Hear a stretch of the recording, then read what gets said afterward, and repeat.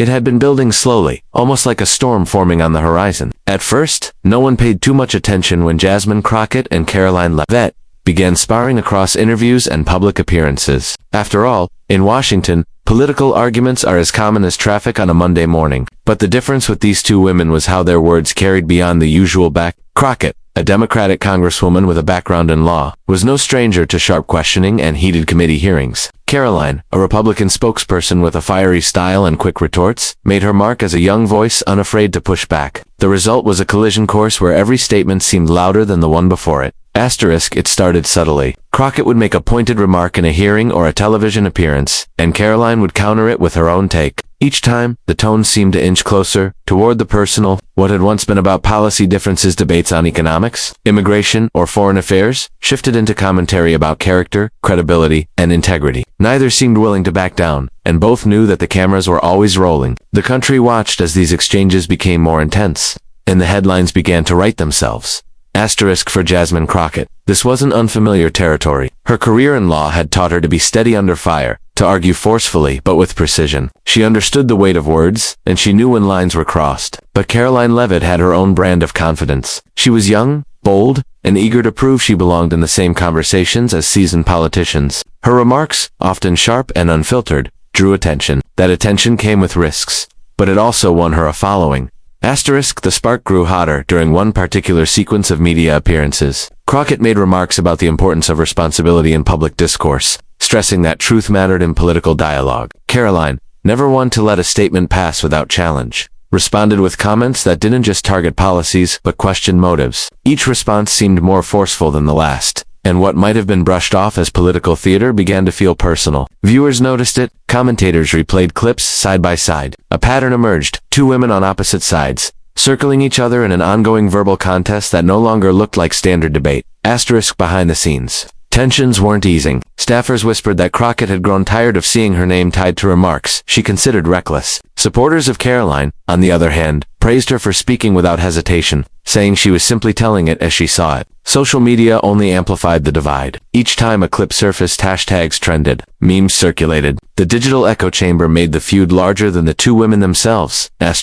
Crockett's legal background played a role in how she viewed these developments, where others might have shrugged it off as political noise. She watched the trajectory with a lawyer's eye. Words could carry consequences. Statements made publicly could damage reputations, alter perceptions, and blur lines between fact and opinion. For her, this wasn't just about sparring, it was about accountability. Karoline, however, didn't appear to see it that way. She leaned into her role, embracing the spotlight that came with each new clash. To her, this was part of the fight, the necessary roughness of politics in a divided era. The more attention it drew, the stronger her platform became. It was the kind of publicity that could elevate her standing, and she wasn't about to let go of it. The cycle continued until it became almost inevitable that something would break. What had once been a series of sharp comments and rebuttals grew into a larger question. How far could it go before it crossed into territory that wasn't just political theater anymore? The spark was no longer a flicker, it had become the steady flame that set the stage for something bigger. Both women had drawn their lines, and both refused to step back. The story was no longer about disagreements on policy, it was about two strong voices colliding, each believing she had the right to speak boldly, and each unwilling to let the other have the final word. When the news of the lawsuit first surfaced, it didn't just feel like another headline in the endless churn of Washington politics, it felt like a bombshell. Jasmine Crockett, who had built her reputation on her sharp legal mind and her willingness to confront opponents directly, had taken a step that caught almost everyone off guard. Filing a lawsuit wasn't something she did lightly. For her, this wasn't simply about a heated argument or fiery words exchanged in public. It was about setting a precedent that certain boundaries could not be crossed. And what made it even more staggering was the number attached to it. $90 million.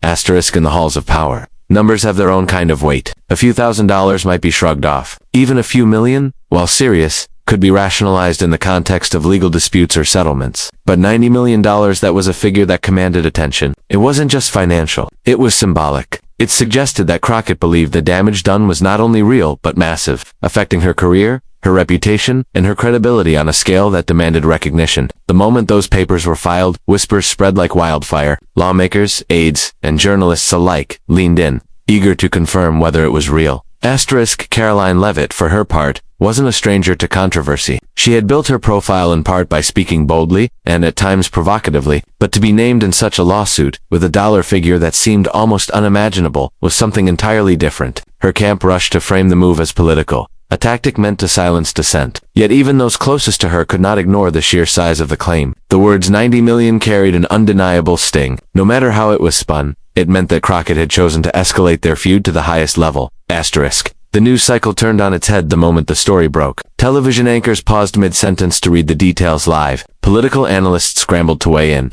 trying to make sense of how a feud that had begun as verbal sparring had grown into a legal battle with stakes this high. Was it about punishing speech, or was it about protecting reputation? The lines blurred as commentators debated whether the lawsuit was justified or excessive. Viewers across the country tuned in, some siding with Crockett for taking a stand, others rallying to Karoline's defense and warning that it could set a dangerous precedent. Asterisk. What made it even more gripping was how the revelation unfolded live. Karoline was already on set, in the middle of an interview, when the breaking news ticker ran across the screen. She adjusted her earpiece, leaned forward slightly, and then froze as the anchor cut in. Her name, tied to a lawsuit of $90 million, was now being read aloud to millions of viewers. For a brief moment, the normally composed spokesperson looked shaken. She tried to keep her expression steady, but her hands betrayed a small tremor as she shuffled her papers. This was no ordinary political jab, this was legal action. And it was public. Asterisk. Jasmine Crockett, watching from her office, knew what the filing represented. She wasn't just seeking damages, she was sending a message. Her legal background meant she understood how carefully such a case had to be constructed. Every claim, every statement, every dollar requested had to be backed with reasoning. And Crockett was deliberate. She wanted the country to understand that words spoken recklessly, words that could damage someone's name and livelihood, would not go unanswered. Asterisk. Him being mentioned in the proceedings added another layer of intrigue. At first, his name appeared almost casually, tucked into references within the legal arguments, but the fact that he was woven into the context suggested just how wide-reaching the situation had become. It wasn't simply between two public figures, it had begun to pull others into its orbit,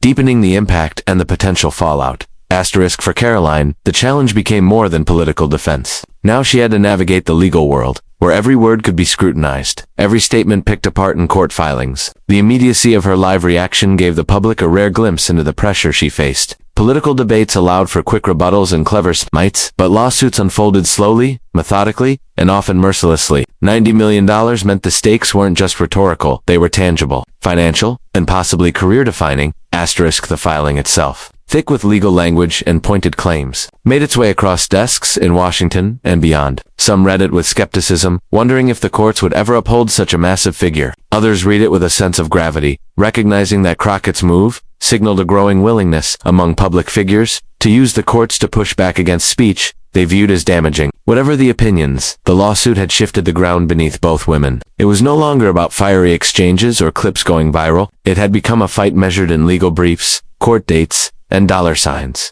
And the sum of $90 million ensured that no one could ignore it. Asterisk. The air inside the studio was already tense that morning. Karoline Leavitt was no stranger to sitting under bright lights, with cameras aimed directly at her and producers signaling just out of view. She had trained herself to stay composed, to keep her tone steady even when the questions grew hostile. But nothing could have prepared her for what was about to unfold. As she leaned into her chair, earpiece in place, the anchor interrupted mid-conversation with a breaking news alert. A banner flashed across the screen, bold letters announcing that Representative Jasmine Crockett had just filed a lawsuit against Karoline herself for an astonishing $90 million. Asterisk. For a second, Karoline didn't move. Her eyes narrowed ever so slightly, scanning the words at the bottom of the screen, and she seemed to hesitate before speaking. Viewers at home caught it immediately. The normally quick-witted spokesperson, always armed with sharp comebacks, appeared momentarily lost for words. The weight of the number alone was enough to knock anyone off balance. $90 million was not just a lawsuit, it was a statement, and it was live for the world to see. Asterisk. The anchor pressed her for a reaction, perhaps hoping for the fiery response Karoline was known for, but instead of defiance, something else came through. Her voice cracked slightly as she began to speak, her hand shifting on the desk as if steadying herself. For a figure used to projecting confidence, the vulnerability in that moment was striking. She shuffled her notes, took a breath, and tried to regain control. But the pause had already spoken louder than anything she could say. Asterisk. Behind the cameras, producers exchanged glances. They understood the gravity of live television, how a single unguarded moment could define a person's public image for months, even years. Karoline's reaction wasn't scripted, wasn't rehearsed. It was raw, human, and visible to millions. Social media lit up within seconds. Clips were clipped, shared, and replayed, with captions pointing out the hesitation in her tone and the flicker of shock across her face. Asterisk for Jasmine Crockett. This reaction was telling. She had anticipated that the lawsuit would draw attention, but the live element added another dimension. To see Karoline confronted with the news in real time, stripped of preparation, underscored just how heavy the filing was. It wasn't simply a legal maneuver, it was a public turning point, and Crockett, with her background as an attorney, knew that part of any case wasn't just fought in the courtroom but in the court of public opinion. The mention of him during coverage only added to the pressure. Reporters, dissecting the lawsuit and its implications, pointed out his ties to the narrative, weaving his name into the broader story. For Karoline, already shaken by the sheer scale of the claim, the fact that he was now part of the conversation deepened the sense of unease. She shifted in her seat again as the anchor referenced him, her lips pressing tightly together before she forced a measured reply. The camera captured every twitch, every adjustment, every effort to hold her composure. What stood out to many observers wasn't that Karoline broke down completely. She didn't burst into tears or storm off set. What struck people was the subtle but undeniable unraveling of her usual control. The silence between her words, the way her fingers tapped the desk, the slight wavering in her tone, all of it painted a picture of someone caught off guard in the most public way imaginable. For once, she couldn't simply rely on her practiced lines or her combative style. The weight of a $90 million lawsuit pressed down too heavily. In Washington, the footage became a focal point of conversation. Some sympathized with her, noting how difficult it must have been to face that kind of news live, without warning. Others seized on it as proof that Crockett's lawsuit had already landed a serious blow. Commentators replayed the clip endlessly, slowing it down, analyzing her expressions frame by frame. Every pause became evidence. Every glance toward the camera became a headline. Karoline's team scrambled to craft statements afterward, framing her reaction as strength under pressure. Yet the image of that live moment lingered. People remembered not the words she eventually managed to say, but the silence that came before them. That hesitation was the kind of moment that couldn't be spun away, the kind of moment that stayed etched in memory. And with his name threaded into the discussions, the reach of the story expanded further, dragging more attention to the already sensational case. For Jasmine Crockett. It was a demonstration of how quickly perception could shift. One live reaction had amplified the impact of her filing beyond what even the lawsuit itself might have achieved in the short term. The courtroom battle had not yet begun, but the public one had already taken a decisive turn, and the country had witnessed it happen in real time. The aftermath of the lawsuit didn't stop at the shock value of the number or the live reaction that caught Karoline Leavitt off guard. What followed was an even bigger conversation, one that stretched beyond the two women at the center of the case. Within hours of the filing becoming public, pundits, analysts, and legal experts were debating on television, podcasts, and online platforms. Was Jasmine Crockett's move a necessary act of accountability, or was it an overreach meant to silence political opponents? The $90 million figure seemed almost larger than life, and because of that, it became a symbol for something greater. The discussion quickly turned to the role of speech in American politics. For decades, politicians and commentators alike had relied on fiery rhetoric to make their point, often walking a fine line between passionate advocacy and damaging claims. Crockett's lawsuit brought that line into sharp focus. Her supporters argued that words had consequences, that false or reckless statements could cause lasting harm, especially when amplified on national television. They pointed to her legal training as proof that she wasn't filing lightly, that she believed the damage was measurable, real, and worthy of being tested in court. Karoline's defenders saw it differently. To them, the lawsuit represented a dangerous precedent. If every heated statement in the political arena could potentially lead to a multi-million-dollar lawsuit, where would it end? Would public debate be reduced to cautious whispers, with everyone afraid of crossing an invisible line? The argument quickly spilled into broader debates about freedom of speech, political accountability, and the fine balance between robust discourse and defamation. Him being mentioned only fueled the fire. Reporters noted how his name surfaced in the larger context of the feud, pointing to moments where his presence in the political conversation added weight to what was said and how it was received. By drawing him into the narrative, the case expanded from being about two individuals to being a reflection of the larger political climate. His association created ripples that touched supporters, critics, and undecided observers alike, each interpreting what it meant for their side of the argument. In living rooms across the country, people were no longer just watching Crockett versus Leavitt. They were asking themselves deeper questions. Could politicians say whatever they wanted without consequence, even if their words caused harm? Or was holding them legally responsible the only way to ensure honesty? The fact that $90 million was attached to the claim gave the debate a sharp edge. It forced people to take it seriously, to grapple with the stakes rather than dismissing it as ordinary political noise.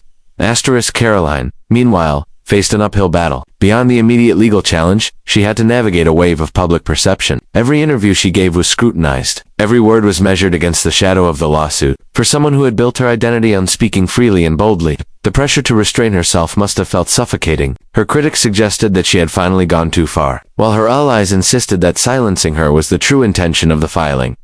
Crockett, on the other hand, carried herself with a steadiness that reflected her background. To her, the case wasn't about silencing, it was about accountability. She argued that when public figures spoke, especially in ways that could impact reputations and careers, there had to be limits. The fact that she was willing to go to court over it signaled that she intended to push those limits to the forefront of the national conversation. The courts would eventually decide the merits of the case. But in the meantime, the fallout had already reshaped the landscape. Commentators observed that other politicians were watching closely, recalibrating how they spoke in interviews and on social media. If Crockett's lawsuit gained traction, it might signal a new era where the old rules of political sparring no longer applied. The mention of him kept the story anchored in the broader political narrative, reminding everyone that the case wasn't unfolding in a vacuum, but within the messy, high-stakes arena of American politics.